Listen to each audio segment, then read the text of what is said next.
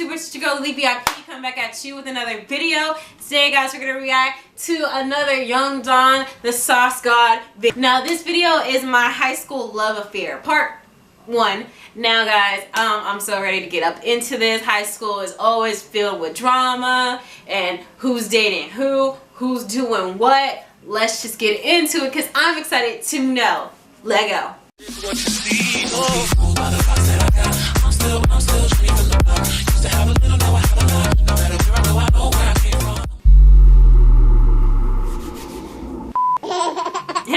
Baby face.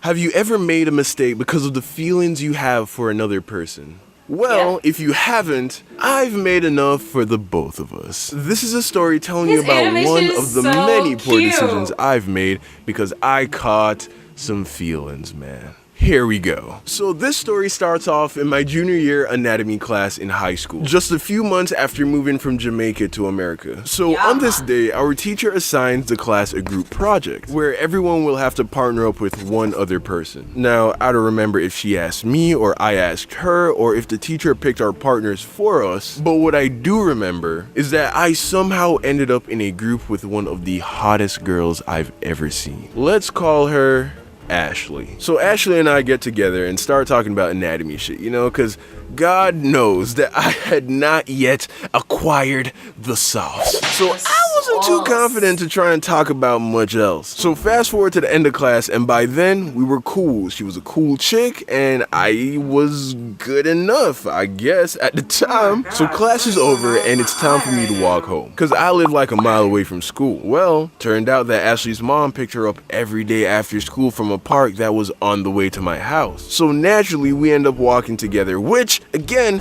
pretty hot chick, totally fine with me. So this became like our thing. After every anatomy class, I'd walk her to the park and then walk home. And I don't remember much of any of our conversations, but I do remember the day she turned to me and said, "So Don, how comes you don't have a girlfriend?" Now, I didn't know how to answer that. I was just like, I just don't. You see, I was not a very sought after dude in my early teens. You feel me? Like between 12 and 15 were some pretty rough years. But after I moved to America and turned 16, I finally pulled out of that shitty period of puberty and my grown man physique and look started to take form. So I guess that girl started to notice. However, I had zero awareness that my stock had risen at all. I was not seeing what they were seeing. Then she hits me with, "Well, I think that's kind of weird because you're like pretty cute." And I'm just like, what the fuck is happening right now? Is this totally hot girl hitting on me? Oh shit, let's go. So then I was like, thanks. Think you're pretty cute too. And just like that, it was done. We both crossed that line. You know what line I'm talking about. There's like a line when it comes to talking to someone, right? On one side, it's totally platonic, straight friend zone. And then on the other side is where shit can get messy. So I walk her to the park, and before I leave, I hug her goodbye like I usually do. But this time, I gave her a kiss on the cheek. Now, on the East Coast, at least in Florida, that's actually pretty normal for guys to kiss their female friends on the cheek. But this kiss was different. It was like 2 seconds longer than just a normal goodbye kiss. I basically sent a message, and that message was, next time, I want more than a kiss on the cheek.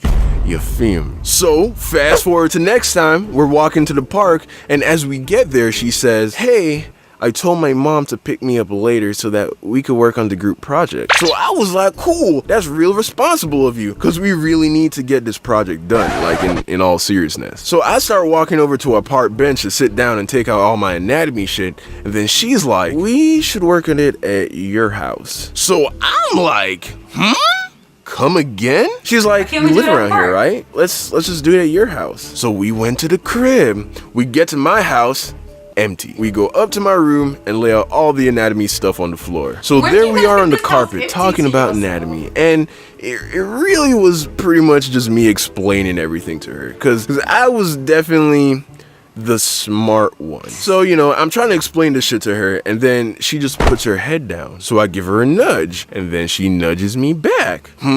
So I give her another nudge, you know, but like more. She gives me one right back. Now, I didn't know much about girls at the time, but let's just say that Nature has a way of telling a guy when the moment is ripe. So I just reach over and hug her like real tight. And then I let her go, and then we're just laying there. And she doesn't say anything. Now, here's what I didn't tell you that I knew at the time. She had a boyfriend. Some guy who graduated from her school like a year back. So he was probably like 19 or 20, and we were both 16. So I'm lying there thinking, God damn it, I'm an idiot. Why would I hug her like that? She has a boyfriend. Now this is all weird, and she's never gonna want to come over, and it's all fucked up. And then the next thing I knew, she was on top of me. So there we are, looking at each other. And then she leans down, and then we kiss. Just real quick. And then everything was still.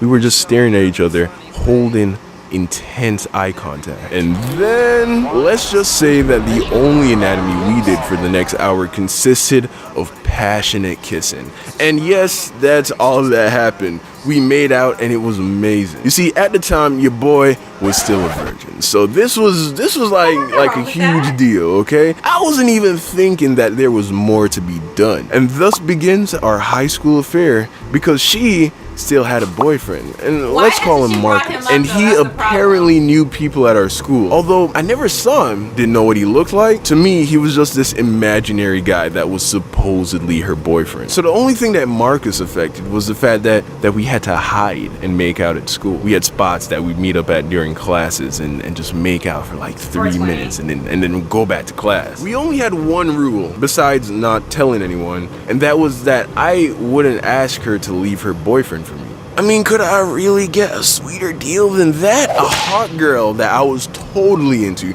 wants to make out with me all the time, and we never have any boyfriend-girlfriend drama.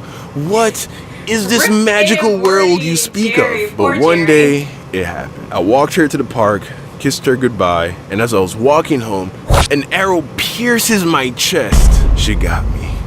I caught the feels. I fell for it, man. Because of course I would. Up until very recently, I was just that kind of guy to just fall hard for girls, and that always fucked me up. So things continued business as usual, making out during school, walking her home, texting all the time, but I slowly started to hate her boyfriend. Eventually, I got right to the place that I promised I wouldn't get to. I tried to get her to break up with her boyfriend, but she said no.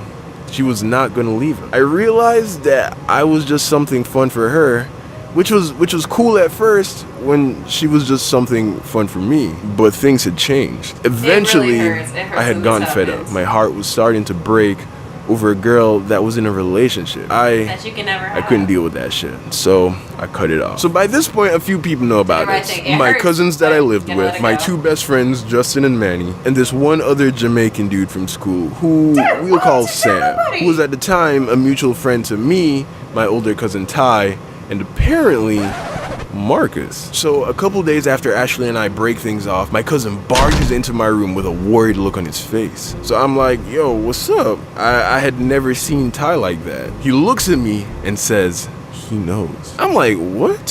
Who knows what? Marcus. Marcus knows about you, and he's looking for you.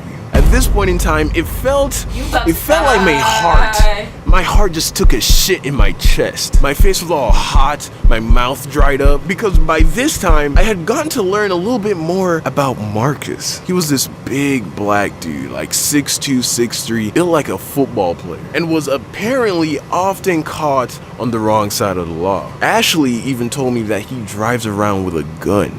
This was not a dude that I wanted to fuck with. So there I was, just sitting on the bed, scared out of my mind, because I now had a hit out on me by this thug ass nigga, and he knew my name.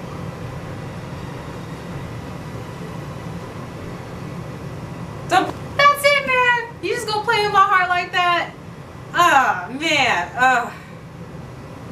You gonna die. Yeah.